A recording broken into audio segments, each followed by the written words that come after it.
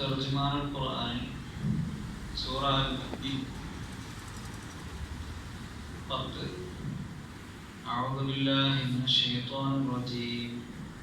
ബിസ്മില്ലാഹിർ റഹ്മാനിർ റഹീം. ഇന്നല്ലദീന കഫറൂ യുനാദൗന ലമഖ്തുല്ലാഹി അക്ബറു മിൻ മഖ്തികും അൻഫുസകും.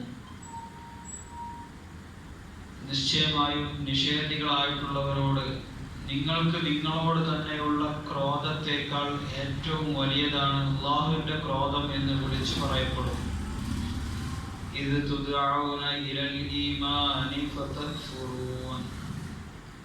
നിങ്ങൾ വിശ്വാസത്തിലേക്ക് ക്ഷണിക്കപ്പെടുകയും അപ്പോൾ നിങ്ങൾ നിഷേധിക്കുകയും ചെയ്തുകൊണ്ടിരുന്നപ്പോൾ പരലോകത്തെ ശിക്ഷകൾ കാണുമ്പോൾ സത്യനിഷേധികൾ സ്വയം കുറ്റപ്പെടുത്തും.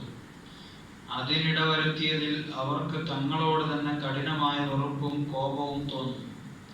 സത്യവിശ്വാസത്തിലേക്ക് അവരെ ക്ഷണിച്ചിരുന്നപ്പോൾ അവർ അത് തള്ളിക്കളഞ്ഞത് കാരണമായി അല്ലാഹുവിന് അതിനേക്കാൾ കോപവും വെറുപ്പും ഉണ്ടായിരുന്നു എന്ന് അവരോട് അപ്പോൾ പറയപ്പെടും. ഖാലൂ റബ്ബനാ അമത്നാ ഇത്നതൈൻ. അവർ പറഞ്ഞു, ഞങ്ങളുടെ രക്ഷിതാവേ, 2 തവണ നീ ഞങ്ങളെ മരിപ്പിച്ചു. ജനനത്തിന് മുമ്പത്തെ അവസ്ഥ ആദ്യഘട്ടം. ആ നിർജീവാവസ്ഥയിൽ നിന്നാണ് അല്ലാഹു മനുഷ്യരെ ജീവിപ്പിക്കുന്നത്. പിന്നെ ആയുസ് അറുതിയെത്തുമ്പോൾ ഒരു മരണം, പിന്നെ ഉയർത്തെഴുന്നേൽപ്പ്. നീ ഞങ്ങളെ 2 തവണ ജീവിപ്പിക്കുകയും ചെയ്തു.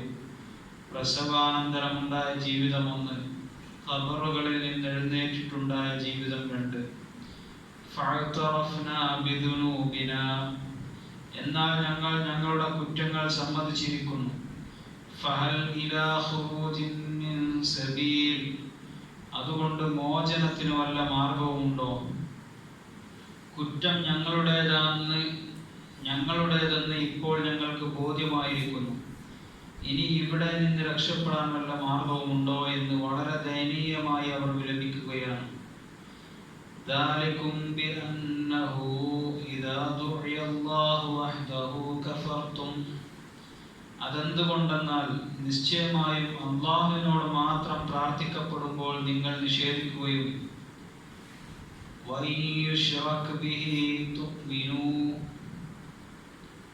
അല്ലാഹുവിനോടൊപ്പം മറ്റാരെങ്കിലും പങ്കു ചേർക്കപ്പെട്ടാൽ നിങ്ങൾ വിശ്വസിക്കുകയും ചെയ്തിരുന്നു.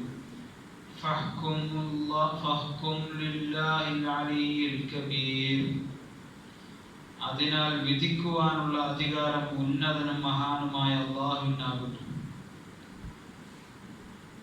അടുത്തത് 13-ാമത്തെ.